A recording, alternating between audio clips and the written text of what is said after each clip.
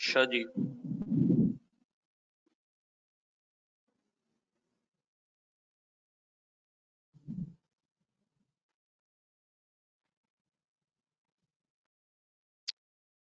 अच्छा जनाब आली।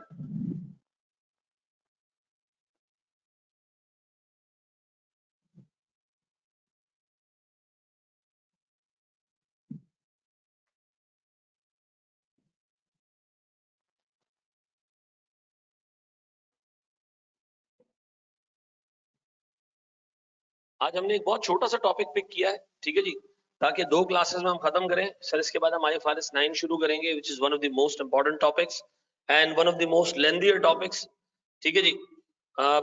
बड़ा टॉपिक है, कोई 1 महीना हमारा खाएगा वो, ठीक है। और मतलब वो है पेपर, अभी लास्ट अटेम्प्ट में उससे 20 नंबर आए, उससे पिछले अटेम्प्ट में उससे 18 मार्क्स आए, उससे पिछले अटेम्प्ट में उससे 16 मार्क्स आए, तो कम से कम को 15 से 20 मार्क्स की रेंज में चल रहा होता। मेरी आवाज आ रही है आप लोगों को, ऑनलाइन वालों? एक बंदा कंफर्म कर दे हाँ या ना में।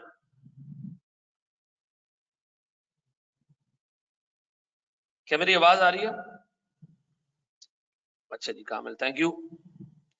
अच्छा जी सर, आज हमने ना बड़ा एक छोटा सा एरिया देखना है, लेकिन उसको हमने कनेक्ट करना है बाकी की चीजों के साथ आगे, ठीक है। अच्छा जी, हमने आज देखना जनाब इफ्रिक 1, ठीक है। मैं ये जानता हूं कि तुम लोग ये नीचे कैफ लेवल पर देख के आ रहे हो, ऐसा? अच्छा है, ऐसा नहीं समझो। अच्छा जी चलो, मुझे एक चीज ये बताओ मेरे प्यारे बच्चों, मेरे पास एक एसेट है, एक प्रॉपर्टी प्लांट एंड इक्विपमेंट है, ठीक है जी। ये मैंने खरीदा है 1 लाख रुपए का, ठीक है जी। ये प्लांट है, ठीक है जी, 1 लाख रुपए का मैंने खरीदा है, इसकी लाइफ 5 साल है, ठीक है जी। सर इस पे मैंने इंस्टॉलेशन कॉस्ट एंकर की, इसको मैं खरीदा, इंस्टॉलेशन कॉस्ट एंकर की को 20,000 रुपए की। जब मैंने इसको इंस्टॉल कर दिया तो सर मुझे उसके बाद ये पता चला कि यार जब ये 5 साल की लाइफ पूरी कर लेगा ना, तो हमें इसको क्या करना पड़ेगा, डिसमेंटल करना पड़ेगा, इसको रिस्टोर करना पड़ेगा। याद रखिएगा, डिसमेंटलिंग लायबिलिटी लीगल भी हो सकती है, मे बी लॉ की रिक्वायरमेंट हो, कॉन्ट्रेक्चुअल भी हो सकती है, मे बी आपने किसी कस्टमर के साथ कॉन्ट्रैक्ट किया हो कि भाई मैं अपना एसेट आगे वहां नस्ब करूंगा और फिर एंड में उसको निकाल के क्या करूंगा, ले जाऊंगा। और कंस्ट्रक्टिव भी हो सकती है, यानी आपने एक पब्लिक प्रॉपर्टी में एक अल्लाह की जमीन के ऊपर एक जो है वो एक क्या कहते हैं उसको, जो यूफोन वाले लगाते हैं, क्या कहते हैं उसको, खंबा लगा दिया सर आपने, और बाद में आपने कहा जनाब ये जैसी इसकी लाइफ पूरी होगी टावर हम निकाल के ले जाएंगे, तो हम जमीन रिस्टोर करके देंगे। याद रखना, dismantling liability can be a contractual liability, can be a legal liability, can even be a constructive liability. What is mean by constructive liability? Very good sir, जब हम सामने वाली पार्टी से ये कहें कि जी हम ये काम करके चले जाएंगे, और सामने वाली पार्टी के दिल में दिमाग में एक वैलिड एक्सपेक्टेशन क्रिएट हो जाए कि जी ये काम करके जाएगा, और कंपनी अगर इस तरह की कमिटमेंट कर देती है, तो कंपनी के ऊपर क्या आ जाता है, ओनस आ जाता है। लेकिन याद रखना, ये कमिटमेंट कंपनी का एक रिस्पॉन्सिबल बंदा करेगा। ये नहीं कि कंपनी का पीएन कहे कि यार कंपनी खंबा उखाड़ के जाएगी इंशाल्लाह ताला, आप दुआ करें 2 रकात नफल पड़े, नहीं ये नहीं।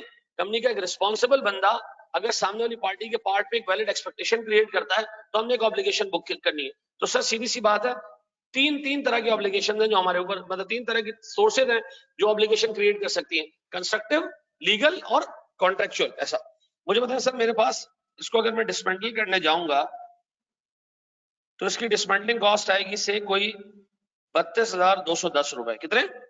32,210 रुपए। लेकिन कितने साल बाद?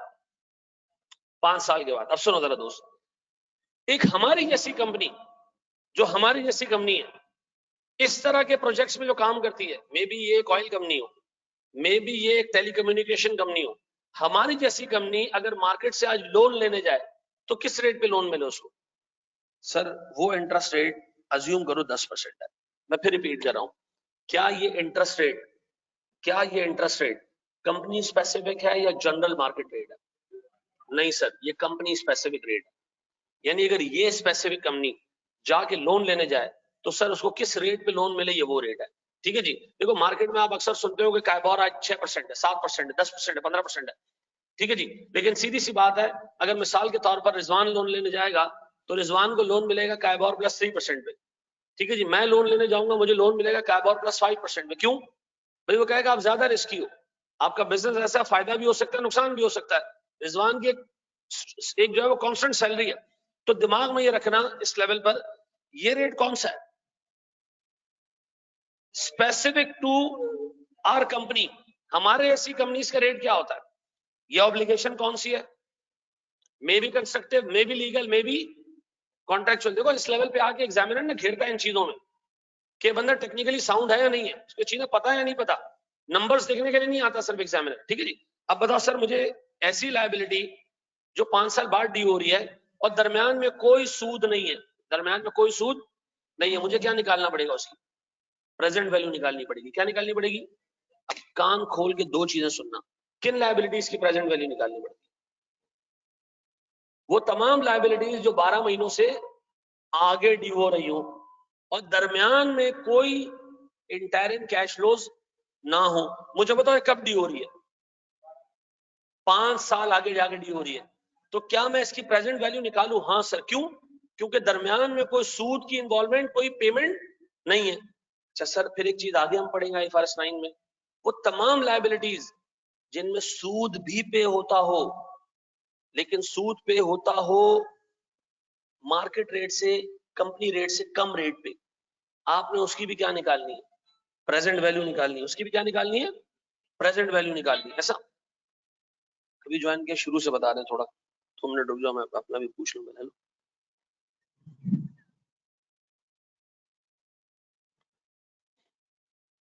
अभी मैं क्लास खत्म करूं तो फिर आप ही को देखता हूँ, ठीक है? वापस बुला लो उसको, वापस बुला लो। हाँ मैं उसके लिए ले रहा हूँ, मोहम्मद के लिए ले रहा हूँ और अर्तुरुल के लिए ले रहा हूँ। मोहम्मद और अर्तुरुल के लिए ले रहा हूँ, ठीक है? रखो, मैं कॉल करता हूँ क्लास में। अच्छा जी, देखो दोबारा सुनो, मुझे एक बात बताओ।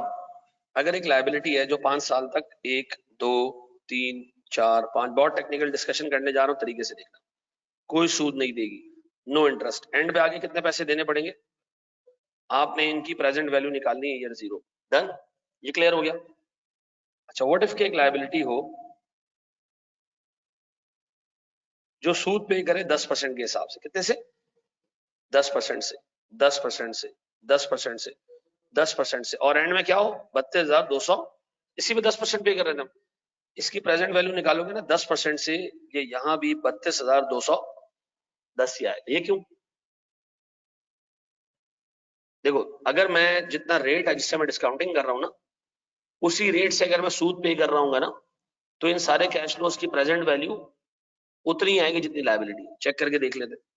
मुझे बताओ 32,210 पे सालाना इंटरेस्ट कितना होना चाहिए? कितना देखो जरा, 3,221, ऐसा 3,221, 3,221, 3,221 और 3,221 और फिर 3,210।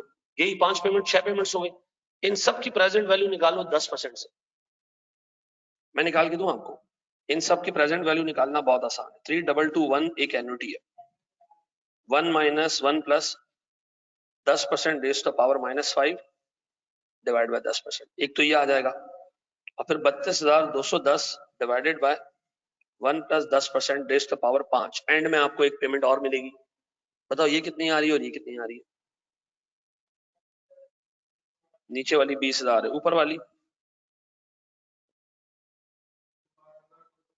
12,000। कितना आ रही है टोटल? 32,210, ऐसा? तो बताएं सर, अगर एक लोन ऐसा हो, एक लायबिलिटी ऐसी हो जिसपे जो सूद का रेट है वो और हमारा डिस्काउंट रेट सेम हो, आप उसकी प्रेजेंट वैल्यू भी निकालोगे ना, वो उतनी निकलेगी। तो इसकी प्रेजेंट वैल्यू निकालने की जरूरत नहीं है। क्यों? आप प्रेजेंट वैल्यू निकालोगे 32,210 ही निकलेगी। प्रेजेंट वैल्यू कब निकालना है आपने? ऐसी लायबिलिटी जो 1 साल से आगे ड्यू हो रही हो, या तो उसमें सूद ना हो दरमियान में, या सूद हो लेकिन कम या ज्यादा रेट पे, यानी 10% पे ना हो, 8% पे हो, 7% पे हो, 6% पे हो। तो आप ऐसे को क्या करोगे? उसकी प्रेजेंट वैल्यू निकालोगे तो वो प्रेजेंट वैल्यू 32,210 से क्या आएगी? डिफरेंट आएगी। फिर रिपीट कर रहा हूं, दोबारा सुनो, अच्छे तरीके से सुनो। देखो, हम ये नहीं करेंगे कि आगे जाके पढ़ेंगे, नहीं, मैं यही पढ़ा दूंगा सारी चीजें, ठीक है? सुनो, 32,210 का एक अमाउंट है जो 5 साल बाद ड्यू होना है, दरमियान में कोई सूद वूद नहीं है। ऐसी लायबिलिटी की प्रेजेंट वैल्यू आपने निकालनी है। क्यों निकालूंगा ना? वो 32,210 से क्या आएगी? कम आएगी। अगर सर दरम्यान में सूद पे होता है इसी लायबिलिटी में और वो सूद एग्जैक्ट 10% का होता, तो मैं अगर इसकी प्रेजेंट वैल्यू निकालूंगा तो वो एग्जैक्ट 32,210 आएगी। लेकिन अगर सूद का रेट 10% से डिफरेंट हो, कम हो या ज्यादा हो, तो भी मुझे क्या निकालनी है, प्रेजेंट वैल्यू निकालनी है, वो 32,210 से क्या आएगी, डिफरेंट आएगी। आओ जरा इसको पहले मैथमेटिकली देख लें बिफोर डिस्कसिंग फर्दर, ठीक है। देखो आप लोगों ने ना इसकी अकाउंटिंग सीखी हुई है, मैं फिर आपको बता चुका हूं, मैं आपको ना 2-3 लेवल ऊपर की चीजें पढ़ाऊंगा ताकि आप जब पेपर में बैठो ना तो इंटेलेक्ट लेवल आपका बहुत अच्छा हो। रीजन बता रहा हूँ, 2 मिनट रुक जाओ। मुझे एक बात बताओ, गौर से सुनो, मैं इसको एक्सेल पे ले लेता हूँ, ठीक है, ये हमारी जिंदगी बहुत आसान कर देगा। तुम लोग भागो भाई, yes I want to see them again. मुझे एक चीज ये बताओ मेरे प्यारे बच्चों, एक लायबिलिटी है, ठीक है, यहाँ मैं लिख रहा हूँ 0 1 2 3 4 5, ठीक है जी, ये 5 साल है। अज्यूम करो मेरे पास एक लोन है, ये लोन है 32,210 का, ठीक है जी, और ये लोन सिर्फ यहाँ पे होना है, ठीक है जी। अज्यूम करो मेरे पास एक और लोन है, कितने का, 32,210 का, ये यहाँ पे होना है, लेकिन दरमियान में क्या आएगी, इंटरेस्ट भी आएगा और 10% से ही आएगा इंटरेस्ट, ठीक है। और एंड में आके इसमें ऐसे करूं मैं,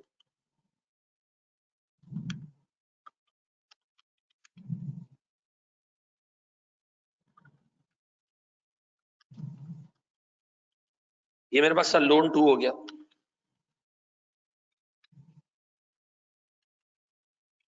ऐसा। अब बताया मेरे पास एक और लोन है, गौर से देखना मेरे बच्चों, आइंदा के बाद तुम लोगों को ये पता होना चाहिए कि किस लायबिलिटी की प्रेजेंट वैल्यू निकालनी है और किसी नहीं निकालनी, ठीक है, ये आइंदा के बाद ये कंफ्यूजन ही क्लियर हो जाए। अज्यूम करो एक लोन है, लेकिन सर लोन पे सूद है 8% का, कितने का, 8% का, लेकिन मैं डिस्काउंटिंग करूंगा किस रेट से, 10% से।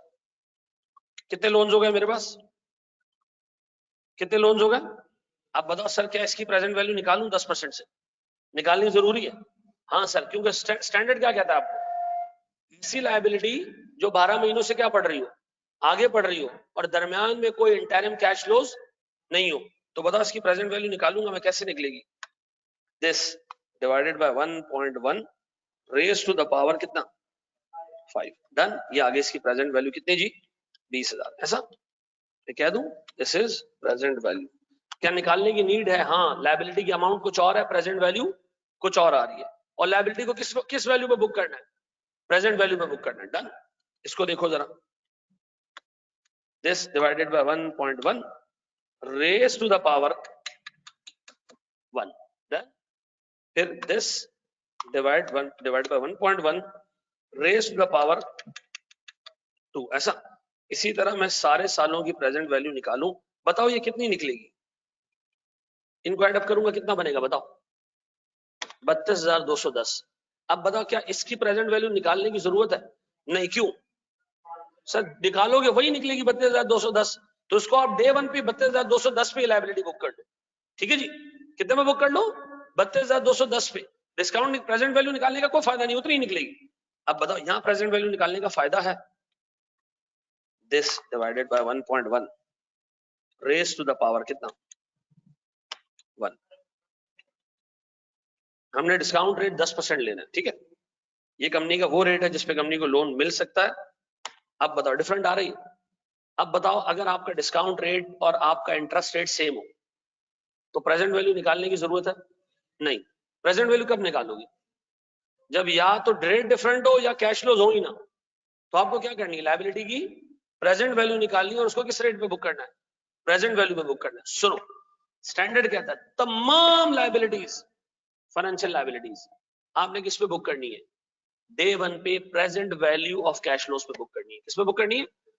तो इफेक्टिवली हम सारी लायबिलिटीज की प्रेजेंट वैल्यू निकाल रहे हैं, कुछ पे आपको फर्क नजर आ रहा है, कुछ पे फर्क नजर नहीं आ रहा, किस पे आपको फर्क नजर नहीं आ रहा, सर जहां पर इंटरेस्ट रेट और मार्केट रेट सेम है वहां मुझे कोई फर्क नजर नहीं आ रहा। अब मुझे बताएं मुझे फर्क नजर कहां आ रहा है, जहां यहाँ तो कैश फ्लोज है नहीं या फिर, अच्छा मुझे एक बात बताओ सर, मैं आपसे बड़ी बेसिक सी बात पूछता हूँ, अगर मैं आपसे ये कहूं ये 2 लायबिलिटीज ना हम पढ़ेंगे IFRS 9 में जाके, देखो एक डे 1 पे एक कस्टमर आता है, एक बंदा आता है जिससे मैं लोन लेता हूं, सर लोन, कंपनी का लोन का रेट 10% है। अगर गवर्नमेंट मुझे 8% पे लोन दे दे, या वो बंदा मुझे 8% पे लोन दे दे, तो क्या होगा? मुझे फायदा है। फायदा है तो सर मैं डे 1 पे लायबिलिटी को कम वैल्यू पे बुक करूंगा। यानी मैं क्या निकाला करूंगा? Present value. तो मैं 2 मिनट के लिए अगर इन दोनों को हटा दूं और मैं सिर्फ आपसे कहूं कि ऊपर डिसमेंटलिंग लायबिलिटी को देखो, क्या इसके बीच में इंटरिम कैश फ्लोज हैं? नहीं। तो बता इसकी प्रेजेंट वैल्यू निकालूं तो कितनी निकल रही है? 20,000। ये 20,000 है क्या? What is 20,000? मैं अगर आज इस लोन को पे ऑफ करना चाहूं ना, मैं 20,000 रुपए पे ऑफ कर सकता हूं। कैसे भाई? मैं ये बैंक को दे देता हूं, ऑटोमेटिकली ये ग्रो करता करता करता करता 5 सालों में कितना हो जाएगा? 32,210 आराम से मेरा लोन पे ऑफ हो जाएगा। ऐसा? ये बात समझ आती है? इस लोन को पे ऑफ करने के लिए, इस लोन को पे ऑफ करने के लिए मुझे पूरे 32,210 बैंक में रखने पड़ेंगे। क्यों? जैसे इस पर 10% का सूद चढ़ेगा, पे हो जाएगा, फिर 10% का सूद चढ़ेगा, पे हो जाएगा, फिर 10% का सूद चढ़ेगा, पे हो जाएगा, और एंड में 32,210 अलग से भी पे हो जाएंगे। ये वाला लोन सर, इसके लिए मुझे 29,768 बैंक में जमा कराने पड़ेंगे। बैंक इस पे सूद देगा 10% से। पेमेंट कितने से होगी? 8% से। सूद देगा कितने से बैंक मुझे? 10% से। पेमेंट किस रेट से होगी? 8% से। ये अमाउंट ग्रो करते करते कहां चला जाएगा? 32,210 पे। ऐसा? तो मुझे एक चीज ये बताओ मेरे बच्चों, मुझे प्रेजेंट वैल्यू कब निकालनी है लायबिलिटी की? अगर मैं एक लाइन में पूछूं, कब लायबिलिटीज की प्रेजेंट वैल्यू निकालनी है? सर 12 महीने से ज्यादा हो और इंटरिम कैश फ्लोज या तो हो ही ना, या इस रेट पे मिल रहे हो जो डिस्काउंट रेट से डिफरेंट है। 8 हो, 9 हो, 10, 11 हो, 12 हो, ठीक है जी, डजंट मैटर जी। सुनो, आसान बात, मैं अगर आज लोन लेने जाऊं, किस रेट पे लोन मिले? ये मेरा डिस्काउंट रेट भी है, ये मार्केट रेट भी है। अच्छा, मुझे बिल्कुल ऑब्वियस सी बात है, हर कंपनी का अलग अलग। अच्छा, अब मुझे मार्केट से लोन मिल सकता है 10% पे, गवर्नमेंट ने मुझे 8% पे लोन दे दिया। अब मैं कहूंगा मेरा इंटरेस्ट रेट कितना है? 8%। लेकिन मार्केट या डिस्काउंट रेट कितना है? 10%। ऐसा? डिस्काउंटिंग हमने किससे करनी है? 10% से, मार्केट रेट से। अब बताओ, इज इट पॉसिबल कि मुझे मार्केट में जो इंटरेस्ट रेट चल रहा है उससे डिफरेंट रेट पे लोन मिले? बिल्कुल हो सकता है। मुझे मेरी पेरेंट कंपनी दे सकती है, ठीक है जी, मुझे मेरा जो है वो जो एसोसिएट बैंक है वो दे सकता है, मुझे गवर्नमेंट दे सकती है, ठीक है जी। तो मुझे अगर मार्केट रेट से कम पे लोन मिलेगा, मैं प्रेजेंट वैल्यू निकालूंगा लायबिलिटी। मुझे अगर मार्केट रेट पे लोन मिलेगा तो मैं प्रेजेंट वैल्यू नहीं निकालूंगा, फायदा नहीं निकालने का। और मुझे अगर ऐसा लोन मिले जिसमें दरमियान में कोई इंटरिम कैश फ्लोज नहीं है, एंड में पैसे पे करने, तो मैं उसकी भी क्या निकालूंगा? प्रेजेंट वैल्यू निकालूंगा। क्या मैं ये समझा पाया?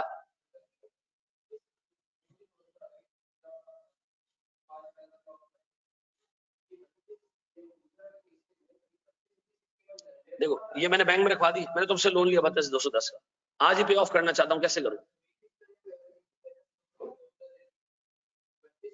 नहीं, ये डिसमेंटलिंग लायबिलिटी नहीं है, मैं जनरल बात कर रहा हूँ। 32,210 का हमने लोन लिया, इस पे सूद कितना देना है? 10%, ठीक है जी। तो मुझे एक बात बताओ, अगर मैं इसको ऐसे बैंक में रख दूं जहां 10% का इनकम मिल रहा हो, तो सेट ऑफ होता जाएगा, और एंड में 32,210 रुपए का अमाउंट हम क्या कर देंगे? पे हो जाएंगे। मार्केट रेट क्या होता है? वो रेट जिसपे आज मुझे लोन मिल सकता है। डिस्काउंट रेट क्या है? सेम, मार्केट रेट का दूसरा नाम डिस्काउंट रेट। इंटरेस्ट रेट क्या है? जिसपे मुझे एक्चुअल में लोन मिला। क्या जरूरी है मुझे मार्केट रेट पे ही लोन मिले? आमतौर पे मार्केट रेट पे मिलता है, लेकिन बाज़ औक़ात ऐसा होता है कि आपको लेसर रेट पे मिल जाता है, कम रेट पे मिल जाता है, ठीक है जी। बाज़ औक़ात आप जो है वो अपनी सब्सिडरी से लोन ले लेते हैं कम रेट पे, पेरेंट से लोन ले लेते हैं कम रेट पे, गवर्नमेंट आपको कम रेट पे लोन दे देता है, ठीक है जी, ऐसा है। अब बताओ, इस पूरी डिस्कशन की समरी ये मैंने की इसीलिए डिस्कशन कि हमारे पास डिसमेंटलिंग लायबिलिटी की प्रेजेंट वैल्यू निकालना जरूरी है, क्योंकि 32,210 लायबिलिटी की सही वैल्यू नहीं है। ये लायबिलिटी की वो वैल्यू है जो कब पे करनी है? 5 साल बाद। इसकी आज वैल्यू कितनी है? अगर मैं इसको आज एलिमिनेट करना चाहूं तो किस रेट पे कर सकता हूं? किस अमाउंट पे कर सकता हूं? 20,000 पे। अब आओ जरा दोस्त पीछे वाले उस पे। अब बताओ सर, ये सारी डिस्कशन हटा रहा हूं सर, यहाँ से दोबारा आपके सामने ये चीजें रख रहा हूं, प्लीज। IFRS 9 में ना हमने ये डिटेल में चीजें देखनी है, बोर्ड में देखिएगा दोस्त। बताओ सर, मेरे पास ये अमाउंट है, मेरे बच्चों मुझे बताओ डे 1 पे मैं कितने रुपए पे अपने एसेट को कैपिटलाइज करूंगा? बताओ, मैं कह रहा हूं जनाब PP debit, installation cost debit, और इंस्टॉलेशन कॉस्ट की वजह से मुझे एक और हिट आ गई है जो मुझे देनी 5 साल बाद है, लेकिन उसका ऑब्लिगेटिंग इवेंट क्या है? डिसमेंटलिंग लायबिलिटी का ऑब्लिगेटिंग इवेंट क्या है? एसेट को इंस्टॉल करना। ऐसा तो मुझे बताओ, मैं इसको आज कैपिटलाइज करूं, कितनी आ रही है value sir? Sir 32,210 divided by 1.1 raise to the power 5 कितना? 20,000। क्या नाम दूं सर मैं इसको? Provision for dismantling cost. ये टोटल कितना हो गया? 1,40,000। बताओ मैंने इसको डे 1 पे कैपिटलाइज किस रेट से किया होगा? सर मेरे पास पीपी डेबिट कितने से? 1,40,000। और कैश क्रेडिट कितने से? 1,20,000। और प्रोविजन क्रेडिट कितने से? 20,000 से। डन। ऐसा है मेरे बच्चों? अच्छा जी, सस्ते रेट को क्या कहते हैं? Subsidise rate. अच्छा अब मुझे एक बात बताओ, क्या करूं? मेरी बुक्स में दो चीजें आ गई परमानेंट, एक पीपी एक provision. Provision is bound to go up over the period, 20 से जाएगा 32 की तरफ। PP is bound to come down, क्यों? डेप्रिशिएट होगा। वेरी गुड सर, ये डेप्रिशिएट होता रहेगा, ये ऊपर जाता रहेगा। तो बताओ सर एक साल बाद क्या होगा? ईयर 1 पे मैं पीपी को करूंगा डेप्रिशिएट, 5 साल पे डेप्रिशिएट करना है। कितना? 1,40,000 डिवाइड बाय 5। 1,40,000 डिवाइड बाय 5 कितना जी? 28,000। और अलाउंस क्रेडिट कितने से? 28,000। ऐसा। अब बताओ जो मेरी लायबिलिटी है वो 5 साल की जगह 4 साल के फासले पे आ चुकी है। कितने साल के फासले पे आ चुकी है? 4 साल। सर देखें, पहले ये 32,210 थी यहां पर ईयर 5 पे, मैं था ईयर 0 पे, ये आ गई प्रेजेंट वैल्यू 20,000। अब मैं आ चुका हूं ईयर 1 पे। अब बताओ इसकी प्रेजेंट वैल्यू कितनी बन रही है? 32,210 कितने? 32,210 divided by 1.1 raise to the power 4 कितने? अच्छा आप दो तरीके से 22 पे आ सकते हो। कैसे? या तो यहाँ 10% आगे चले जाओ, या पीछे से 4 साल पीछे आ जाओ। ठीक है जी, मर्जी आपकी है, मर्जी आपकी है। अब बताओ मैं क्या करूं? इंटरेस्ट बुक करूं? इंटरेस्ट एक्सपेंस डेबिट कितने से? 2,000। और प्रोविजन क्रेडिट कितने से? 2,000। बताओ पहले साल के एंड पे मेरे पास पीपी और प्रोविजन कितने कितने पे था? बताओ मेरे पास पीपी और प्रोविजन कितने कितने पे था? सर पीपी मेरा खड़ा हुआ था 28,000 के डेप्रिसिएशन के बाद। 28,000 के डेप्रिसिएशन के बाद कितने पे खड़ा हुआ? 1,40 माइनस 28,000 कितना? 1,12।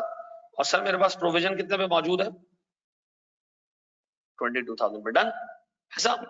अब सुनो, मुझे बताओ इस प्रोविजन के डिटरमिनेंट्स कितने, ये बता सकते हैं? इस प्रोविजन के डिटरमिनेंट्स कितने? सर इस प्रोविजन के डिटरमिनेंट्स हैं लायबिलिटी की अमाउंट,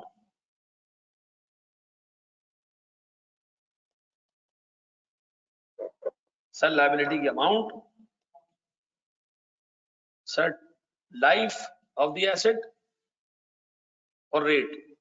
इन तीनों में से अगर एक चीज भी चेंज हो गई तो ये लायबिलिटी की अमाउंट क्या हो जाएगी?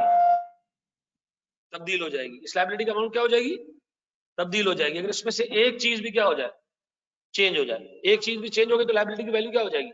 चेंज होगी। अच्छा पहले साल के एंड पे हम खड़े, प्रोविजन कितने का मौजूद है? 22,000 का। सर हमें ये पता चला कि भाई जो अल्टीमेट 32,210 की अमाउंट है ना, वो चेंज हो गई 40,000 हो गई है। कितने? 40,000 हो गई है। क्या चेंज हुआ बताओ इन तीनों में से? वेरी गुड सर, ये चेंज हो गया, ये चेंज हो गया। ये कितने में चला गया? ये कितने में चला गया? 40 पे। तो उसको चेंज करूं मैं? ये कब चेंज हुआ है? पहले साल के एंड पे चेंज हुआ है, या दूसरे साल के स्टार्ट में कह लो। ये कितने पे चला गया? 40 पे। अब बताएं सर 1 प्लस क्या आ रही? 27,320। सर मेरे पास तो 22,000 पे खड़ा हुआ प्रोविजन, क्या करूं? डिफरेंस कितने का? डिफरेंस कितने का? 5,320। इसको इमीडिएटली एक्सपेंस आउट कर दूं? इसको क्या इमीडिएटली एक्सपेंस आउट कर दूं? नहीं सर, इसको मैं 4 सालों पे आहिस्ता आहिस्ता एक्सपेंस आउट करूंगा। तो कैसे एक्सपेंस आउट करूं 4 सालों में? सर आप इसको पीपी में डाल दें, डेप्रिशिएट हो जाएगा आहिस्ता आहिस्ता। आप इस लायबिलिटी के इंक्रीज को क्या करें? पीपी में डाल दें। इससे क्या होगा? पीपी बढ़ जाएगा, डेप्रिसिएशन बढ़ जाएगा, खत्म हो जाएगा ये मामला। ऐसा। तो आइंदा के बाद जब प्रोविजन का अमाउंट चेंज हो, बढ़ जाए, तो उसको इमीडिएटली एक्सपेंस आउट नहीं करें। क्या करें उसको? सर पीपी में डाल दे। पीपी में डालने से क्या होगा? रिमेनिंग लाइफ पे ये स्प्रेड आउट हो जाएगा। तो बताएं सर मेरे पास पीपी का बैलेंस कितना खड़ा हुआ है सर? पीपी का बैलेंस कितना खड़ा हुआ है सर? मेरे पास कितने सर? 1,12,000 है। मैं क्या करूं उसको 5320 ऐड कर दूं, कितना हो जाएगा ये? 117,320। अब बताओ सर मैं इसको डेप्रिशिएट करूंगा ओवर द पीरियड, क्या मेरा डेप्रिसिएशन एक्सपेंस बढ़ेगा? हाँ सर। व्हाट इफ कि ये प्रोविजन कम हो जाता तो ये 32 की जगह सर 20,000 हो जाता, या से 25,000 हो जाता, तो सर हम क्या करते हैं, इनकम आ जाती, इनकम को इमीडिएटली बुक कर दें। नहीं, क्या करें, पीपी में डाल दें ताकि डेप्रिसिएशन की अमाउंट कम हो जाए। तो याद रखना सर प्रोविजन बढ़ेगा, लॉस है हमारा, लेकिन इमीडिएटली बुक नहीं करेंगे। क्या करेंगे, पीपी में ऐड करके डेप्रिशिएट कर देंगे। प्रोविजन कम होना, लायबिलिटी कम होना फायदा है, लेकिन इमीडिएटली बुक नहीं करेंगे। क्या करेंगे सर, पीपी कम करके आगे का डेप्रिसिएशन क्या कर देंगे, कम कर देंगे। तो इसका मतलब आप ये कह रहे हैं सर कि any change in the present value of provision due to, जी मेरा बच्चा, क्या चीज? अच्छा, ट्रू एंड फेयर व्यू का मतलब क्या होता है? एज लॉन्ग एज पीपी अपनी रिकवरेबल अमाउंट से नीचे ट्रू वैल्यू दे रहा है। ट्रू वैल्यू का मतलब क्या होता है कि अपने रिकवरेबल अमाउंट से ऊपर रिपोर्ट हो रहा हो, सही है ना? अगर मैं पीपी को कम ज्यादा करता हूं तो इफेक्टिवली, देखो मुझे एक बात बताओ, एक इवेंट हुआ है अभी, मुझे बताओ प्रोविजन में कितने साल कैरी करना है, तो ये सारे और डिस्काउंट करके तुम लेके आए हो, तो मुझे बताओ इसका इफेक्ट 4 सालों में नहीं जाना चाहिए? हाँ, तो एडजस्ट कैसे करेंगे हम? गलत हो जाएगा ना बेटा। 5,000 की अमाउंट जो आ रही है एजाज, वो 5,000 की अमाउंट एक अमाउंट नहीं है, वो प्रेजेंट वैल्यू है जो तुम 4 सालों के ऊपर से उठा के ले गया उसको। ठीक है जी, ये जो चेंज आया इफेक्टिवली कहाँ आया, एंड पे आया चेंज, तो उसका इंपैक्ट सिर्फ 1 साल का शेयर होल्डर क्यों भुगते? बताओ उसमें गलती है हमारी, गलती है। पता है कैसे? डे वन से आपको पता होना चाहिए था कि 40,000 है, नहीं अंदाजा लगा सके सर, बाद में जाके चीजें पता चली। क्या इसका खमियाजा 1 साल के शेयर होल्डर को भुगतना चाहिए? जहां प्रोविजन चेंज हुआ, जो सर आगे कई साल चलेगा, क्या इसका सारा खमियाजा आज का शेयर होल्डर भुगते? सही बात होगी? नहीं सर, जब ये पता चल गया कि डिस्पेंडिंग का प्रोविजन चेंज हो गया, तो पे आगे करना है ना, तो सारे सालों को आगे इंक्रीज करना चाहिए हमें, ऐसा? तो बताओ मैं पीपी को इंक्रीज करूंगा, लेकिन मैं ये जरूर देखूंगा कि पीपी अपनी रिकवरेबल अमाउंट से ऊपर ना निकल जाए। ठीक है जी। अब बताओ sir, any change in present value provision due to change in rate, change in amount और चेंज इन लाइफ, आएगी आएगी जी मेरा बच्चा।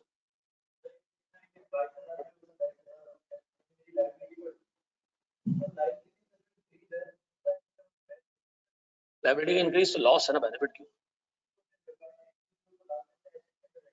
नहीं, एसेट के अंदर ऐड नहीं किया हमने, एक डेफर्ड कॉस्ट के तौर पे बुक कर दिया इसको।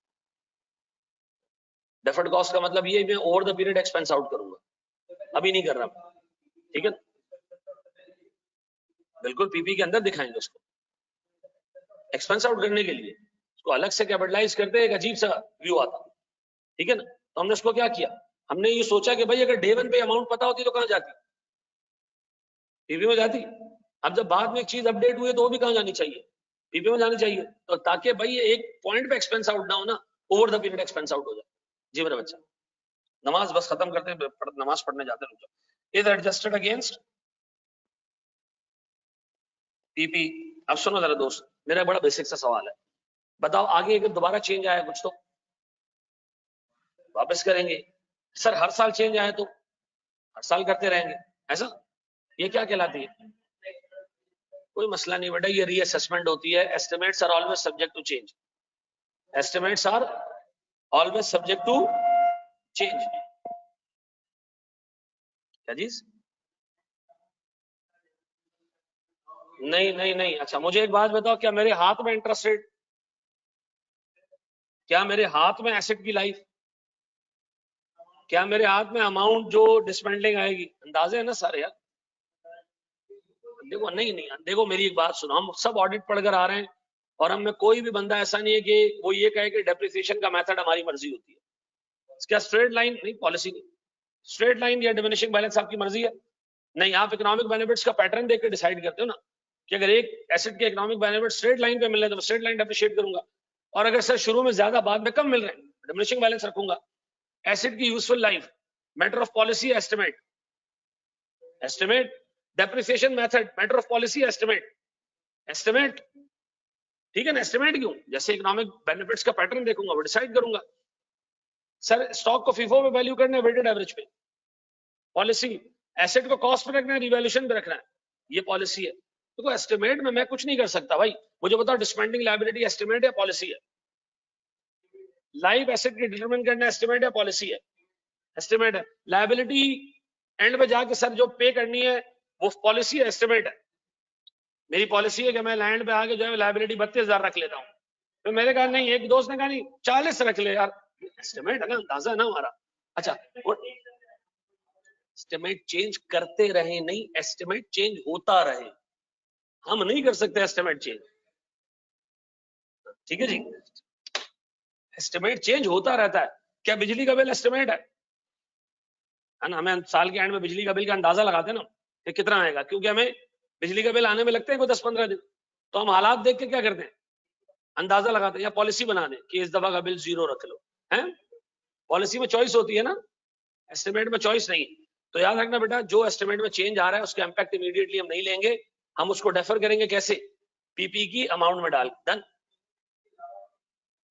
वो मैं भी जानना चाहूंगा कैसे। देखो डिटर्मिनेंट्स ही उसके 3 है, 3 से ज्यादा है नहीं। प्रोविजन की प्रेजेंट वैल्यू किससे निकलती है? अमाउंट रखनी पड़ेगी। सर अगर ये आपने सही कहा सब, वो तो मैं मान गया। आपने कहा देखें ये चेंज हो जाए, ये चेंज हो जाए, ये चेंज हो जाए, ये नहीं चेंज होता, ठीक है ना।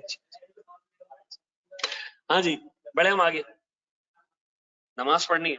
लेकिन सर सुनो, आज के बाद जब भी प्रोविजन में चेंज आएगा, due to change in life, due to change in rate, due to change in amount, ठीक है जी, हम क्या करेंगे सर? हम पीपी के अंदर एडजस्ट करेंगे। सुनो सुनो सुनो सुनो, मैं बड़ी बेसिक सी बात पूछ रहा हूँ सर, मुझे कॉपी कर लो, आराम से कॉपी करो इसको और फिर आप नमाज पढ़ने जाओ।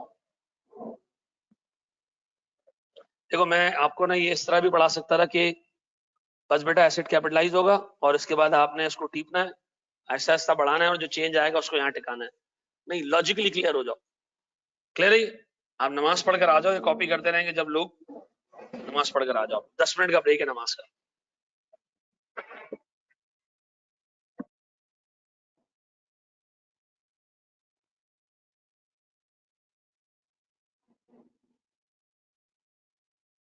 Can't see the board now, you'll be able to see the board again. आवाज आ रही है? चलो जी सर, एक से आगे जाते हैं जनाब, आपने मेरे कुछ सवालों के जवाब देने हैं, ठीक है।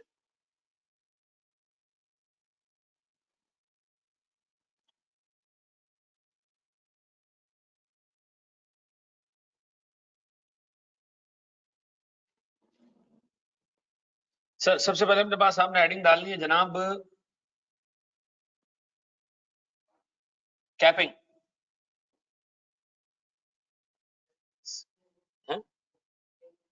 हाँ सेम चैप्टर में चल रहा है। देखिए कैपिंग का मतलब कैसे, मिसाल के तौर पे मेरे पास एक पीपी है जिसका कैरिंग अमाउंट है 1,40,000 या 1,45,000, ठीक है। सर मेरे पास प्रोविजन का बैलेंस है, प्रोविजन का कैरिंग अमाउंट है से मिसाल के तौर पे 1,10,000, ठीक है जी। सॉरी, प्रोविजन का मेरे पास जो है वो कैरिंग अमाउंट है 80,000 रुपए, ठीक है जी। प्रोविजन का कैरिंग अमाउंट 80 है, पीपी का कैरिंग अमाउंट मेरे पास 1,45,000। हमारी क्लास खत्म कर दी, 9:30 तक खत्म जी। तो मुझे एक बात बताएं सर, हुआ ये कि इस प्रोविजन का अमाउंट चेंज होके बढ़ गया, ये प्रोविजन जाके पहुंच गया 95,000 पे, कितने पे बताओ क्या करूं? प्रोविजन को बढ़ाऊंगा तो साथ में ही पीपी को भी बढ़ाऊंगा। तो सर मैंने क्या किया, मैंने पीपी डेबिट किया कितने से? 15,000 से। प्रोविजन क्रेडिट कर दिया कितने से? 15,000 से। सर लेकिन प्रोविजन 15,000 से क्रेडिट और पीपी 15,000 से डेबिट करने के बाद मेरे पीपी का कैरिंग अमाउंट 1,45,000 से बढ़ के कितने में चला गया? 1,60,000 में। लेकिन सर ये याद रखना, जैसे ये इवेंट होगा सर ये इंडिकेटर है इम्पेयरमेंट का। स्टैंडर्ड कहते हैं जनाब, जैसे ही आपके पास डिस्मेंटलिंग के प्रोविजन में चेंज आए और उसका इंपैक्ट पीपी में जाए, इमीडिएटली आपने क्या करना है, इसकी इम्पेयरमेंट टेस्टिंग करनी है। क्या करनी है? इम्पेयरमेंट टेस्टिंग करनी है। अब अज्यूम करो मेरे पास की रिकवरेबल अमाउंट निकली 1,50,000। अब क्या करूं मैं? अगर आवाज आ रही है मेरी भाई? क्या मेरी आवाज आ रही है? नुमान ऑनलाइन वालों अब आ गई? अच्छा जी, चलो देखिए, मेरे पास 1,45,000 का पीपी था, 80,000 का प्रोविजन था। प्रोविजन बढ़ के 95 पे चला गया। जब प्रोविजन बढ़ा 95 पे गया तो मैंने प्रोविजन भी इंक्रीज कर दिया और उसका इंपैक्ट पीपी में डाल दिया। जब पीपी में मेरे बच्चों मैंने इंपैक्ट डाला तो पीपी 1,45 से बढ़ के कितने पे चला गया? 1,60,000 पे। जब पीपी 1,60 पे चला गया तो मुझे क्या करना है सर? अब चेक करना है, इसकी रिकवरेबल अमाउंट निकालनी है, क्योंकि आपने पीपी को बढ़ाया है। ये ना हो कि पीपी अपनी रिकवरेबिलिटी या रिकवरेबल अमाउंट से क्या हो जाए, ऊपर चला जाए। तो एहसास करेंगे क्या इस केस में? जी करेंगे क्या इसके अंदर? सर इम्पेयरमेंट बुक करेंगे, टेस्टिंग क्या करेंगे? आ चुका है रिकवरेबल अमाउंट। जब तो मोबाइल में थे रिकवरेबल अमाउंट आ गया था। हाँ जी, अब बताएं सर हम क्या करें? इम्पेयरमेंट बुक करें कितने से? सर इम्पेयरमेंट लॉस डेबिट कितने से? 10,000 से। और पीपी क्रेडिट कितने से? 10,000 से। तो याद रखिएगा, जब प्रोविजन बढ़े, जब प्रोविजन इंक्रीज हो, आप क्या करें? पीपी को भी क्या कर दें? इंक्रीज कर दें विद मैक्सिमम लिमिट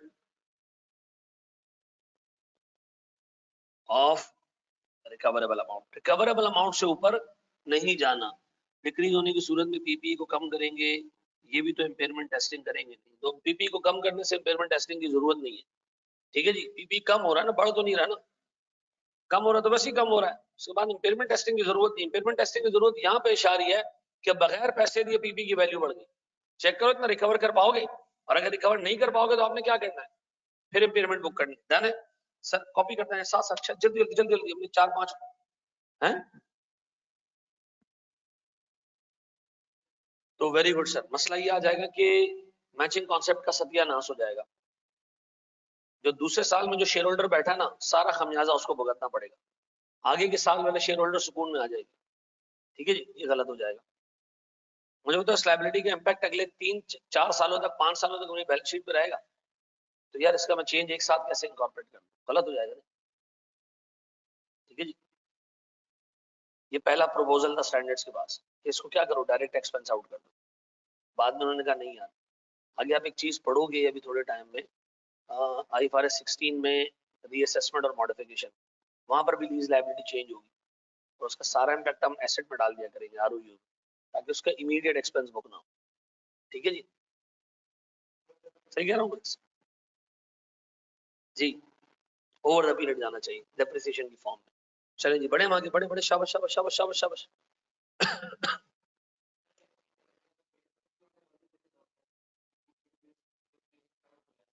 अभी आ रहा है फेयर वैल्यू मॉडल। 4 केसेस जो बता रहा हूँ ना, पहला केस बता दिया। डन? क्या हम आगे बढ़े?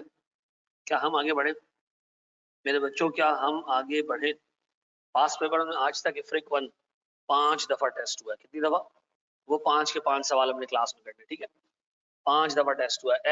As low as 4 marks and as high as 20 marks. ठीक है जी, 20 मार्क्स। ठीक है जी, ज्यादा दूर नहीं है बेटा। ये रहा सवाल, ये एक सवाल पहला 17 मार्क्स का नजर आ रहा है आपको? ठीक है, नीचे वाले के मार्क्स नहीं लिखे, ये शायद तकरीबन को 12 मार्क्स का है। ये क्वेश्चन नंबर 3 4 मार्क्स का है। क्वेश्चन नंबर 4 20 मार्क्स का। ठीक है जी सर, प्रोविजन बढ़ेगा, पीपी बढ़ेगा with a maximum limit of recoverable amount. ठीक है, बड़े एक स्टेप आगे, बड़े एक स्टेप आगे। हैंड आउट शेयर कर रहा हूँ, बिल्कुल अभी शेयर कर रहा हूँ। काम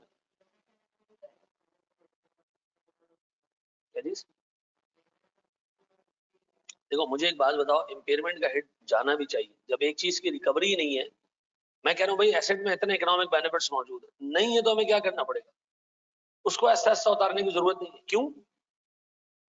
एक चीज है ही नहीं हमारे पास, एग्जिस्ट ही नहीं करती इकोनॉमिक बेनिफिट्स, हम उसको क्या करें? देखो हम कह रहे हैं जो प्रोविजन का इंक्रीज है, लॉस है ना, वो इकोनॉमिक बेनिफिट्स के साथ सेट ऑफ कर, वो इकोनॉमिक बेनिफिट्स है ही नहीं तो क्या करें हम उसको? वो लॉस आपको इमीडिएटली बुक करना पड़ेगा। अच्छा, अब मुझे तुमने ही जवाब देना है केस 2 का। पहले बताओ मेरे पास ये पॉसिबल है कि मेरे पास पीपी आ रहा हो 1 लाख,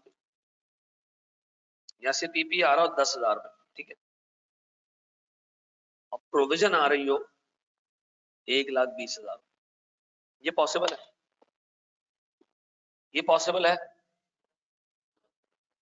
बिगाड़ू खर्चा हो जी। अबे अल्लाह के बंदों, जिंदगी के आखिरी सालों में पीपी नीचे आ चुका होगा, प्रोविजन अपने उरूज पे होगा, तो बिल्कुल हो सकता है। इसके लिए कोई ऐसा बड़ा खर्चा और इंपेयर हो चुका हो ये जरूरी नहीं है। लाइफ के आखिरी आखिरी टाइम पे क्या होता है, पीपी बहुत कम होगा, प्रोविजन बहुत ऊपर जा चुका होगा। ऐसा इस स्टेज पे हमें पता चला कि नई टेक्नोलॉजी आई है जिसकी वजह से डिसमेंटलिंग कॉस्ट 90,000 हो गई। क्या हो गई? रिड्यूस्ड। अब मैं कह रहा हूं फ्यूचर डेप्रिसिएशन कम कर दो, आप कह रहे हो फ्यूचर डेप्रिसिएशन है ही 10,000 का, क्या करूं मैं? प्रोविजन को बढ़ाऊं, कम करूं सर कितने से? 30 से, फिर पीपी मैंने वाइप ऑफ कर दिया, 0, बाकी बाकी आप पीएल में डालेंगे, ये हमारी जो है मजबूरी है। वो कितनी है? 20,000 की। अब अगले साल फायदा ये होगा डेप्रिसिएशन बुक नहीं होगा, तो ये 30,000 की इनकम 2 सालों में बढ़ गई, या करंट 20,000 बुक हो गई, आगे के सालों में जो डेप्रिसिएशन आना था वो नहीं आएगा। लेकिन एसेट को 0 से नीचे नहीं लेके जा सकते, ये नहीं कि आपने एसेट नेगेटिव में खड़ा कर दिया, ये नहीं करना है, ठीक है जी। अब बताओ मैं करूं क्या? मैं क्या ये कह सकता हूं कि प्रोविजन का डिक्लाइन, ठीक है जी, मैं आप क्या करते हो, पीपी को कम करते हो सब्जेक्ट टू लिमिट ऑफ 0, ठीक है जी। 0 का मतलब इससे नीचे नहीं लेके जाना, ठीक है जी। Further decline is charge to PNL, ऐसा।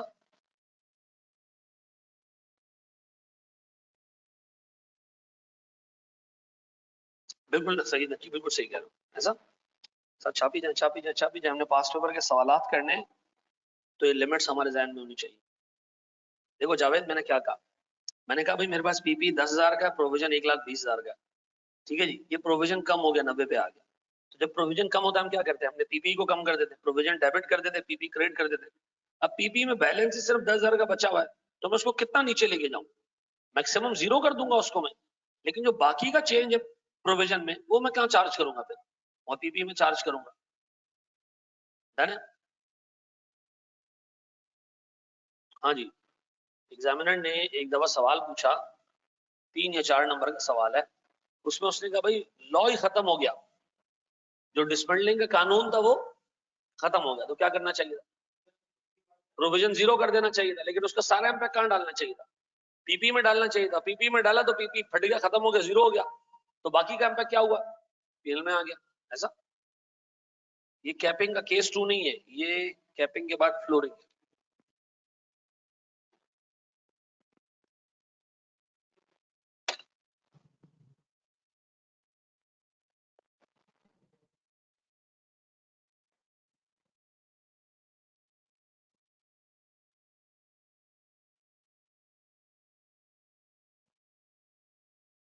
बढ़ जाए मांगे जी मेरा बच्चा। हाँ, पीपी को हम रिवर्स करेंगे सब्जेक्ट टू एज इफ कि अगर ये डेप्रिशिएट होता नॉर्मल तरीके से, इसमें कोई इम्पेयरमेंट नहीं है, नॉर्मल तरीके से डेप्रिशिएट होता तो इसकी क्या वैल्यू होती उससे? हाँ बिल्कुल, हाँ बिल्कुल वहां तक लेके जा सकते।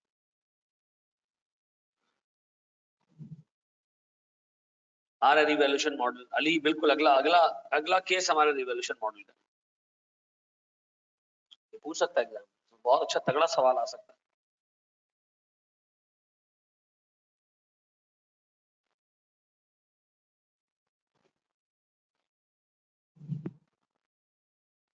ये मेरे बच्चों पढ़े हम आगे एक स्टेप।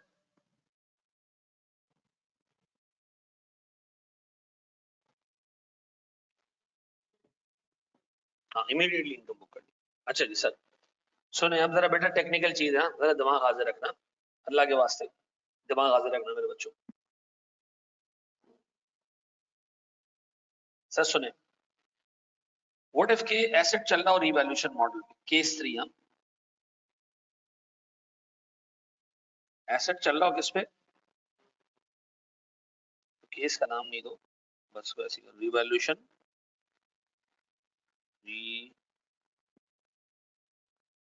Valuation model. सुनो जरा दोस्त अच्छे तरीके से सर सुनिएगा दोस्त, मुझे एक बात बता, जब रिवैल्यूएशन मॉडल पे एसेट चल रहा होता है तो एसेट को हम फेयर वैल्यू पे कैरी करते हैं। फेयर वैल्यू पे कैरी करने का मतलब है अब अगर प्रोविजन का इंक्रीज और डिक्रीज आया तो आप उसको एसेट की वैल्यू में नहीं डाल सकते। क्यों? एसेट की वैल्यू का आप तंग नहीं कर सकते क्योंकि वो चल किस पे रहा है, फेयर वैल्यू पे चल रहा है, तो उसको तंग नहीं कर सकते। तो अभी क्या करेंगे फिर, क्या करेंगे जी? अच्छा मैं एक छोटी सी एग्जांपल देता हूँ, मुझे एक बात बताओ, मेरे पास एक पीपी है, अज्यूम कर रहे हैं कि ये रिवैल्यूएशन मॉडल पे नहीं है, ठीक है जी, इसकी कैरिंग अमाउंट है 1 लाख, ठीक है जी, गौर से सुनना, इसको मैं जिंदगी में पहली दफा रिवैल्यू करने जा रहा हूँ, पहली दफा फर्स्ट टाइम। सर इसकी फेयर वैल्यू चल रही है 1,20,000, बताओ मैं क्या करूंगा? मैं इसको रिवैल्यू करूंगा, मैं क्या एंट्री पास करूंगा, पीपी डेबिट कितने से 20,000 से और रिवैल्यूएशन सरप्लस कितने से 20,000 से। इसी दिन मुझे पता चला कि हमें एक प्रोविजन भी बनाना है डिस्पेंडिंग लायबिलिटी का। किसका? डिस्पेंडिंग लायबिलिटी का। आज ही हमें ये बात पता चली है कि डिस्पेंडिंग लायबिलिटी का क्या करना है, प्रोविजन बनाना है। अच्छा सर ये प्रोविजन है से 8,000 रुपए का, कितने का? 8,000 का। अब बताओ मैं क्या करूं, प्रोविजन तो मैं क्रिएट कर दूं कितने से 8,000 से, पीपी डेबिट कर सकता हूं। अगर मैंने पीपी डेबिट किया तो पीपी तो सर फेयर वैल्यू से ऊपर निकल जाएगा, फिर क्या करूं मैं? अच्छा आपने मुझे कहा कि आप क्या करें, रिवैल्यूएशन सरप्लस डेबिट कर दें, कितने से? लॉजिक क्या है इसके पीछे? अगर कोई और अकाउंट नहीं मिले तो तीसरा यही है, यही घुसेड़ दो। फिर क्या रीजन है इसका? नहीं क्या रीजन है? अच्छा 2 मिनट के लिए अज्यूम करो कि इसको आप रिवैल्यू नहीं करते तो क्या करते? अगर मैं रिवैल्यू नहीं करता तो मैं पीपी बढ़ाता किससे? 8,000 से, और प्रोविजन क्रिएट कर देता किससे? इससे मेरा पीपी कितने पे चला जाता? 1 लाख। अब अगर मैं इसको रिवैल्यू करूं, इसको अगर अब मैं रिवैल्यू करूं तो अब अगर रिवैल्यू करूं तो क्या होगा? रिवैल्यूएशन सरप्लस कितने पे आ जाएगा? 12,000 रुपए। बेटा अगर अब मैं इसको पहले इसके इम्पैक्ट में पीपी में डाल दूं और अब मैं इसको रिवैल्यू करूं तो मेरा पीपी कितने से ऊपर जाएगा? सिर्फ 12,000 से। और प्रोविजन सॉरी वो रिवैल्यूएशन सरप्लस कितने से आएगी? 12,000 से। असल में जब आप इसको रिवैल्यूएशन में डाल रहे होते हो ना तो इफेक्टिवली ये हिट एसेट को ही कर रहा होता है, लेकिन सर हिट चूंकि एसेट इस तरह हो रहा होता है कि फेयर वैल्यू पे आ रहा है, उसकी वैल्यू चेंज नहीं होती, दूसरी तरफ से क्या चेंज हो जाता है? रिवैल्यूएशन सरप्लस चेंज हो जाता है। यानी मैं आपको ये कह रहा हूं कि अगर मैं इसको रिवैल्यू नहीं करता तो मैं पीपी को इंक्रीज कर देता, पीपी को इंक्रीज कर देता, पीपी आ जाता 1,08,000 पे। अब अगर मैं इसको रिवैल्यू करूं तो सर पीपी तो 1,20 पे चला जाएगा, लेकिन रिवैल्यूएशन क्या हो जाएगी? चेंज हो जाएगी, ऐसा? अच्छा मुझे एक चीज ये बताओ, अगर मैं आपसे एक काम करूं सर, एक सिंपल सी बात करें, अगर मैं इधर डेबिट कर देता पीपी क्या होता? इधर डेबिट कर देता पीपी क्या होता? इधर डेबिट कर देता पीपी 1,28,000 पे चला जाता, ऐसा? मैं तो रिवैल्यूएशन मॉडल पे हूं, उसको दोबारा 1,20 पे लेकर आता, दोबारा 1,20 पे लेकर आता, और ये 8,000 रुपए की हिट में कहां डालता? इंपेयरमेंट के तौर पे नहीं, किसको कम करता मैं? भाई जब एक रिवैल्यूड एसेट नीचे आता है किसको कम कर दे? रिवैल्यूएशन सरप्लस को। तो अगर मैं 2 मिनट के लिए अज्यूम करूं कि मैं ये भी पीपी में डाल रहा हूं तो पीपी कितने में चला जाएगा? 1,28 पे। 1,28 से हम कहेंगे यार हम तो उसको फेयर वैल्यू पे रिवैल्यू कर दे, इसको दोबारा 1,20 पे लेके आओ। तो जब 1,20 पे लेके आओगे तो नीचे लेकर आओगे तो हिट कहां मारोगे उसका? रिवैल्यू सरप्लस पे। तो इसका मतलब है अगर एसेट रिवैल्यूएशन मॉडल पे चल रहा है आप उसकी वैल्यू को नहीं छेड़े, आप छेड़े तो किसको छेड़े? प्रोविजन का चेंज किस में डाल दें? रिवैल्यूएशन सरप्लस में डाल दें। प्रोविजन का चेंज किस में डाल दें? अच्छा तो इसका मतलब ये है ठहरा मेरे पास कि सर प्रोविजन में जो चेंज आएगा, प्रोविजन में जो चेंज आएगा वो चेंज कहां जाएगा? वो चेंज आएगा रिवैल्यूएशन सरप्लस में, ऐसा? अगर रिवैल्यूएशन सरप्लस में जाएगा तो सीधी सी बात है इसकी भी कोई लिमिट होगी। ऐसा एजाज, इसकी भी क्या लिमिट होगी? बिल्कुल होगी, लिमिट होगी इसकी। फिर पूछ रहा हूँ रिवैल्यूएशन सरप्लस में क्यों डाला? लोकल जवाब, क्योंकि पीपी को छेड़ नहीं सकते हो फेयर वैल्यू पे। टेक्निकल जवाब, अगर पीपी में डाल भी देते तो उसको दोबारा रीवैल्यू करके नीचे लाना पड़ता और वो हेटा में कहां लेना पड़ता? रिवैल्यूएशन सरप्लस में। ठीक है जी।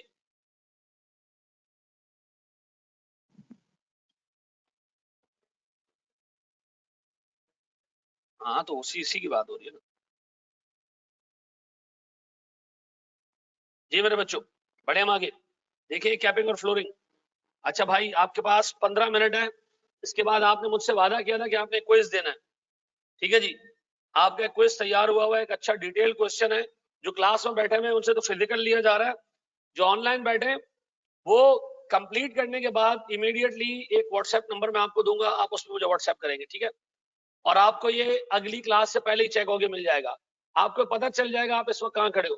ठीक है जी, और जिस बंदे ने ये क्विज दिया होगा उसके मार्क्स सिर्फ उसी को पता चलेंगे, डंडोरा नहीं होगा कि तुम्हें पता चला वो लांती फेल हो गया। नहीं नहीं, ये नहीं, जनरल बात कर रहा हूँ। ठीक है जी, गुस्से में देख रहा मेरी तरफ तो मैं कह रहा हूँ। ठीक है जी, इम्पेयरमेंट गेट भी रिवॉल्यूशन प्लस पे जाना है। अच्छा जी, बड़े एक स्टेप आगे बढ़े। अच्छा जी, मेरे सवाल का जवाब अभी आ रहा है ना, वही तो हम कह रहे हैं जानी सर। मेरे पास कैपिंग और सुनो, कॉपी करने कर लो। देखो मैं जब पास पेपर सॉल्व करवा रहा हूँ ना, ये मैं बार बार रिपीट कर दूं, ये कैपिंग और फ्लोरिंग का पता होना चाहिए। आ रहा है सारा, अभी आ रहा है मेरा बच्चा, बिल्कुल आ रहा है। जो 2 केसेस करा रहा हूँ यही है 2 केसेस।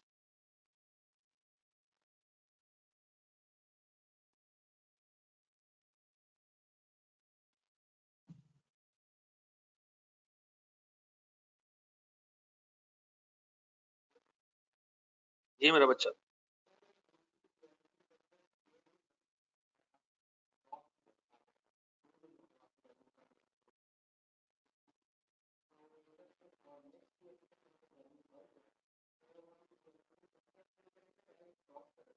सीधी सी बात है वो लॉस रिवर्स होगा, सीधी सी बात है वो लॉस रिवर्स होगा पहले।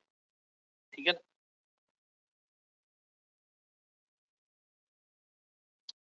कौन है भाई ये बंदा? ओहो, चले जी।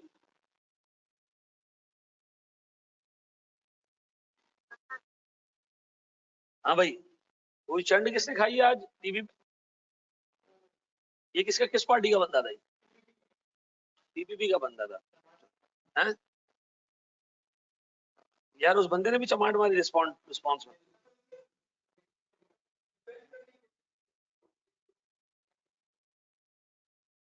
लास्ट लाइन पे पर लिखा सुना दे, प्रोविजन का चेंज रिवैल्यूएशन सरप्लस में जाएगा। ऐसा, बढ़े हम आगे, बढ़ जाए। ये भी एक अलग डिबेट है कि क्या मर्द को मतलब रिस्पॉन्स में चमाट मारनी चाहिए नहीं। हाँ, डिबेटेबल है। नहीं मेरे हिसाब से नहीं मारनी चाहिए। बंदा बंदा यार, उसकी मतलब एक अल्लाह ताला ने अगर उसको ताकत दी है तो मुजाहरा औरत पे नहीं करेगा। लेकिन दूसरा दिल कहता है कि अगर कोई ऐसा है, कौन?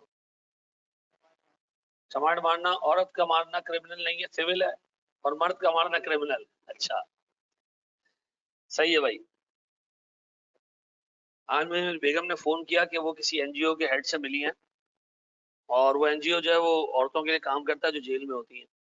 तो 150 औरतें जो है वो इस वक्त कराची जेल में, जो कराची की सेंट्रल जेल है, कातिल 150 औरतें जिन्होंने कत्ल किया है। 150 में से 90 औरतें ऐसी हैं जिन्होंने कत्ल अपने शौहरों का किया है, और 90 में से 80 ऐसी हैं जिन्होंने दूसरी शादी में कत्ल किया है।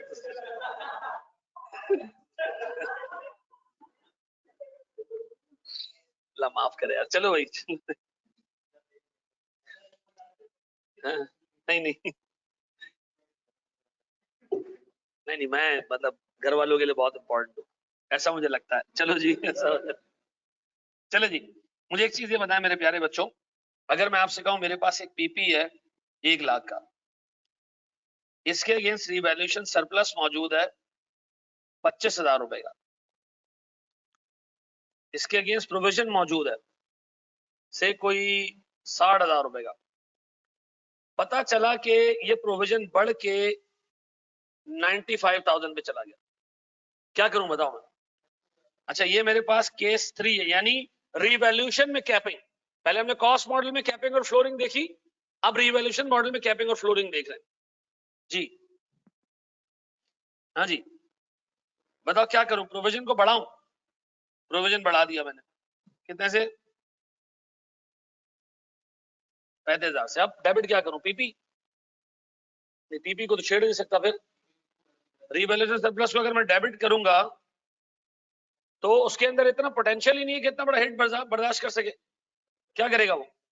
25 तो उसमें चला जाएगा, फिर बाकी मैं पीएनएल में डाल दूंगा कितने से? 10,000 से। इसका मतलब है रिवैल्यूएशन सरप्लस को कम करना है, हिट रिवैल्यूएशन में डालनी है, लेकिन उतना ही जितना कि उसमें जगह है ना। ये तो नहीं है कि भाई उसको नेगेटिव रिवैल्यूएशन खड़ा हो गया डेबिट साइड पे, नहीं। तो क्या करेंगे हम जनाब? हम पीपी सॉरी प्रोविजन के इंक्रीज को रिवैल्यूएशन सरप्लस को रिड्यूस करेंगे up to a limit of 0। ऐसा रिमेनिंग अमाउंट, बेटा ये पास पेपर के सवालों में आया हुआ है, दिमाग हाजिर रखना। इज चार्ज्ड टू, अकेला है भाई, 20 दिसंबर का अकेला है। ये एग्जामिनर का बड़ा फेवरेट एरिया है।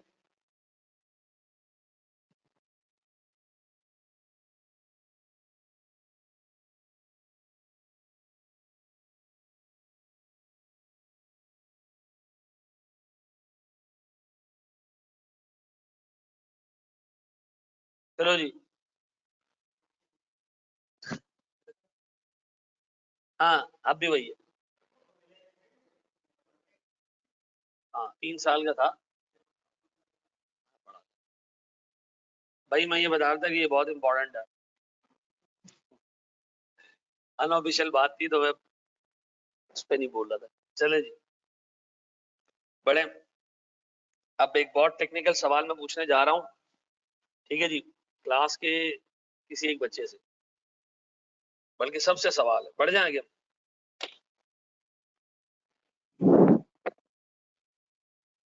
बढ़ जाए है मेरे बच्चों, बड़े। आज मैंने आपको सिर्फ कॉन्सेप्ट्स दिए हैं, कोई बड़ा सवाल नहीं कराया, सिर्फ आपका जहन बनाया है। अगली क्लास में हम इसके हैंड आउट से सारे बड़े सवाल करने, ठीक है? यहाँ देख लें, 3-4 सवाल हो जाएंगे। अगली क्लास हम 2.5-3 घंटे की रखते हैं। देखो चूंकि पूरा कोर्स मुझे पढ़ाना है तो थोड़ा सा टाइम ज्यादा देना पड़ेगा, ठीक है?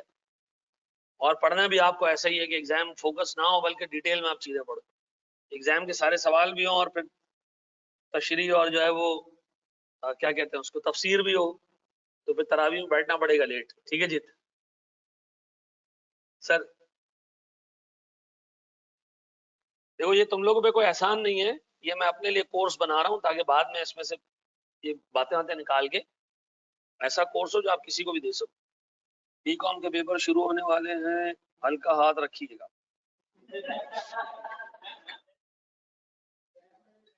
ये बीकॉम हमारी जान यहाँ भी नहीं छोड़ेगा, मतलब है बीकॉम का 13-14 साल हो गया अभी, रख कर यार, रख कर अभी उसको तुम्हारा देने जाऊंगा क्या? अच्छा चले। अच्छा मुझे एक बंदा एक चीज बताएगा, एक कंपनी है जिसके पीपी का कैरिंग अमाउंट है 1 लाख और रिवैल्यूएशन सरप्लस है 1,10,000 रुपए, 1,09,000 रुपए। जी पहले मुझे बताओ पॉसिबल है? ये पॉसिबल है? ये पॉसिबल है? यस, जवेरिया उस्मान कह रही बिल्कुल यस, हाँ जी ये पॉसिबल है। हाँ भाई, नो कमेंट्स क्या मतलब? बताओ तुम्हारा नाम क्या बेटा? हमजा, ये पॉसिबल है? पॉसिबल है जी सर। सैयद नकी भी कह रहे हैं जी सर, मोहित भी कह रहे हैं जी सर, संध्या कह रही है very rare, yes but very rare. Ehtesham कह रहे हैं यस ऑफ कोर्स।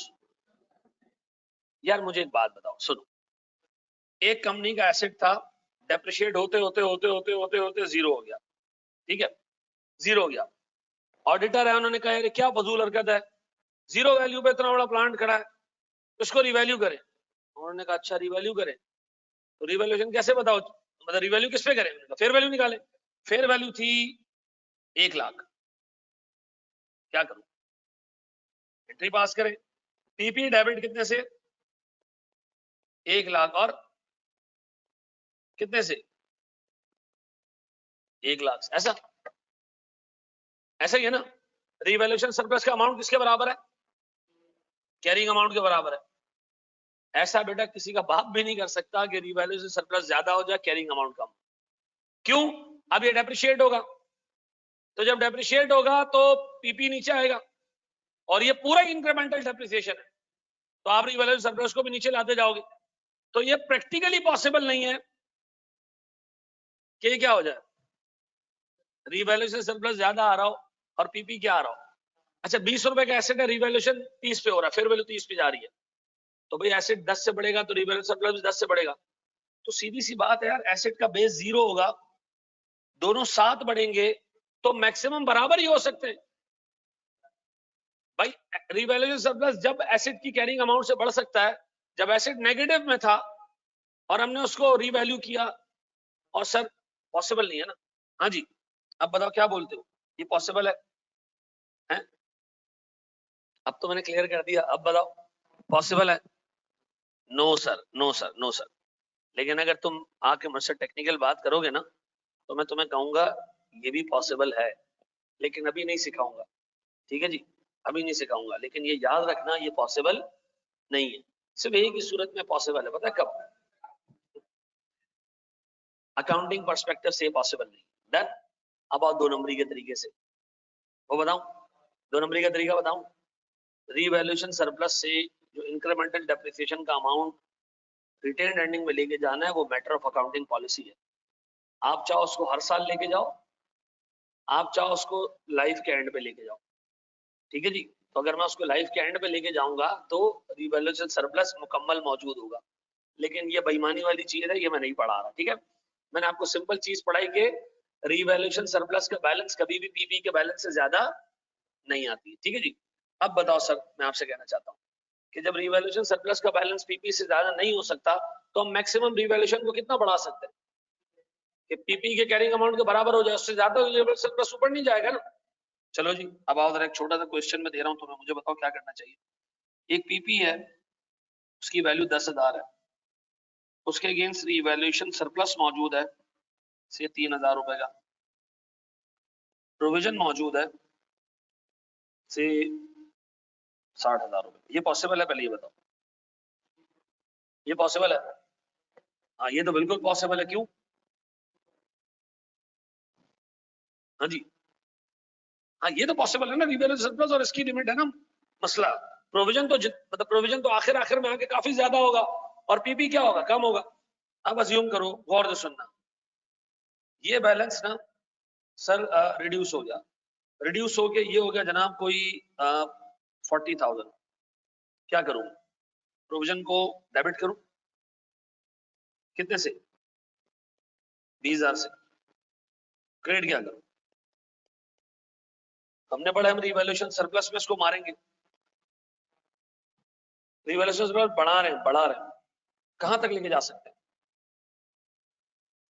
बताओ। रिवैल्यूएशन सरप्लस में 20,000 डाल दूं, अगर रिवैल्यूएशन सरप्लस में हमने 20,000 डाले तो ये 23,000 पे चला जाएगा। अभी आपने बताया कि रिवैल्यूएशन सरप्लस का बैलेंस एसेट के कैरिंग अमाउंट से ज्यादा नहीं हो सकता, तो क्या करें?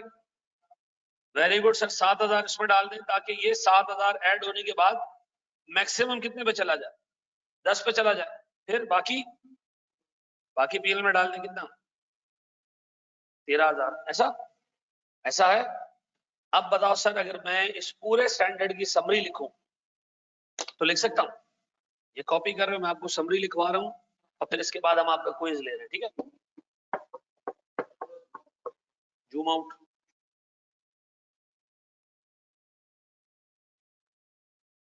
जैसे तुम लोगों ने कैफ में पढ़ा हो तो यार, है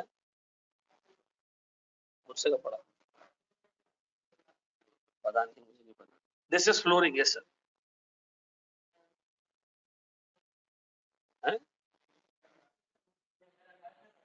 ये सारा कहाँ से पढ़ा?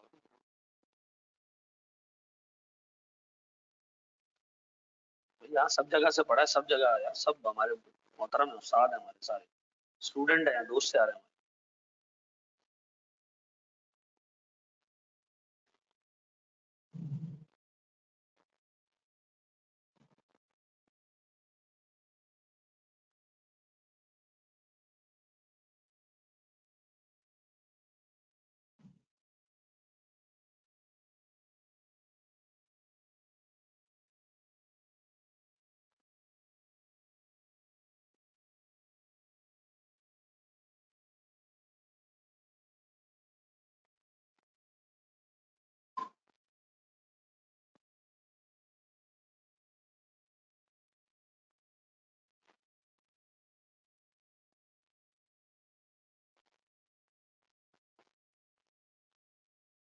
जी, मोबाइल तेरा चार्जर भी निकाल दो।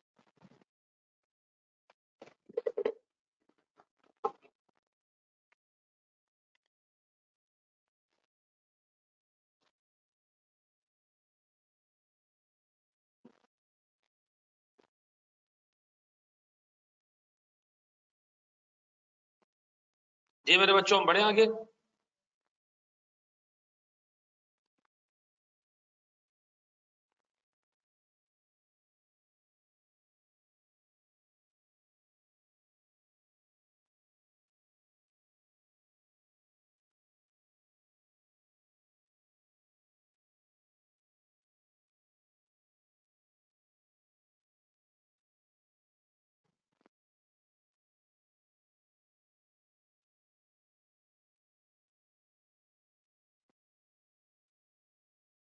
जी मेरे बच्चा, बढ़े हम आगे। समरी लिखे इसकी, सुमरी लिखे, सुमरी।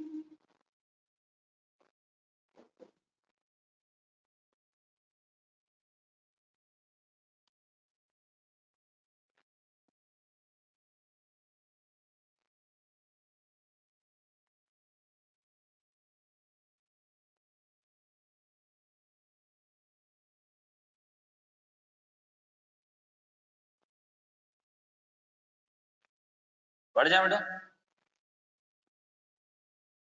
चलो जनाब।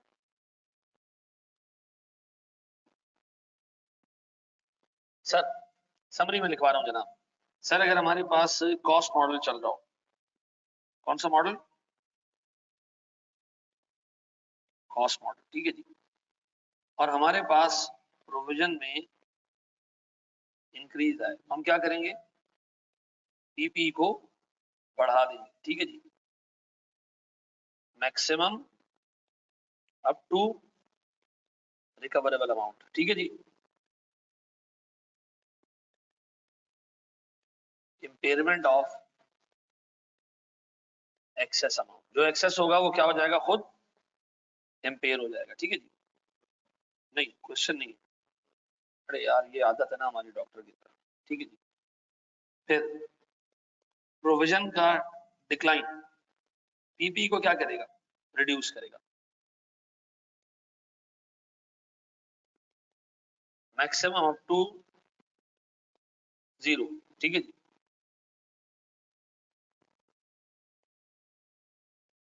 फर्दर डिक्लाइन चार्ज टू, ठीक है जी। तीसरा, अब हमारे पास कौन सा मॉडल है?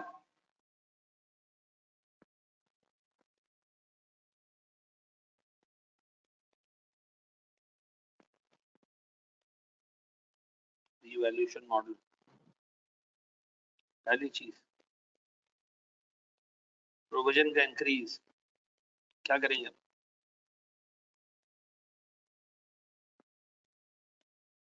इवैल्यूएशन सरप्लस को हम रिड्यूस करेंगे, ठीक है जी। maximum up to 0.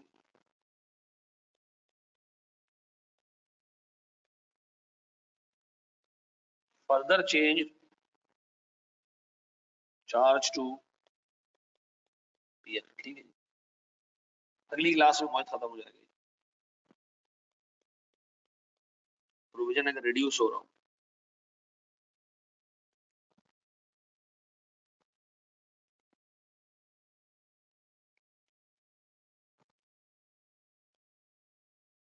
Surplus increase हो जाएगा, maximum up to the carrying amount of PP,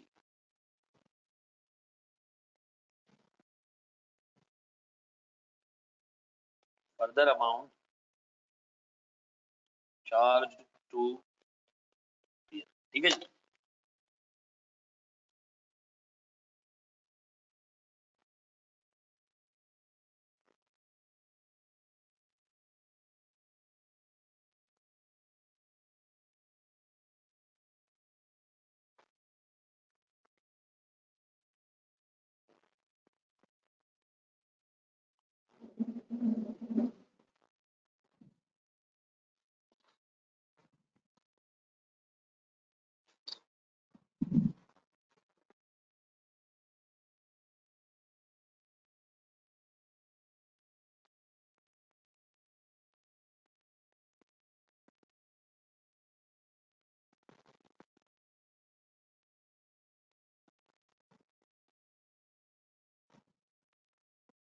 जी, जी मेरे बच्चों, बढ़े हम आगे, खत्म। अच्छा जी, अब आपका क्विज शुरू हो रहा है। ईमेल किया तुमने मुझे? अच्छा, क्लास के जो बैठे हुए बच्चे उनको तो देखो, ये तुमने मुझे ईमेल किया था, प्रिंट क्या था?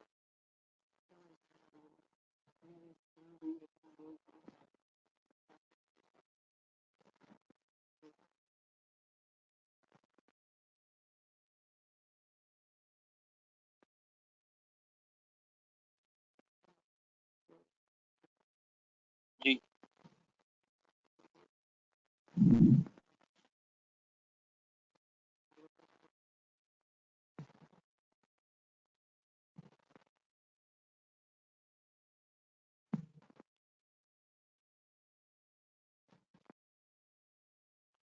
आप लोगों के पास को 30 मिनट है, इम्पेयरमेंट का टेस्ट है ये आपको मैं दे रहा हूँ अभी। ऑनलाइन वाले जो है वो यहीं से कलेक्ट कर ले।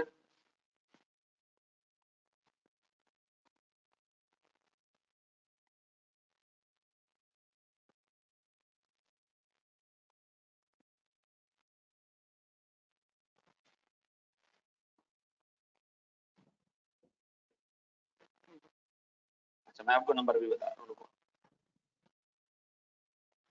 ये क्वेश्चन है 36।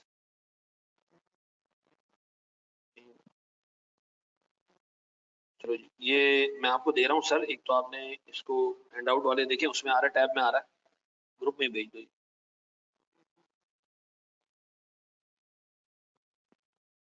चले जी, शुरू हो जाए। ईमानदारी से कोई ना बेईमानी नहीं करनी है, ठीक है?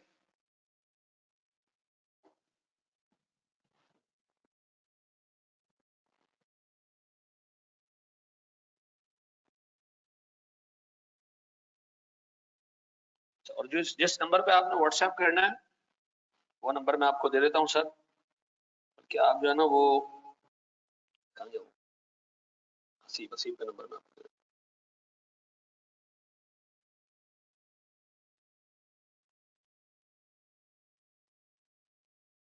0324 25 44 758। ठीक है जी, हसीब, इस पे आपने व्हाट्सएप करना है, ठीक है जी?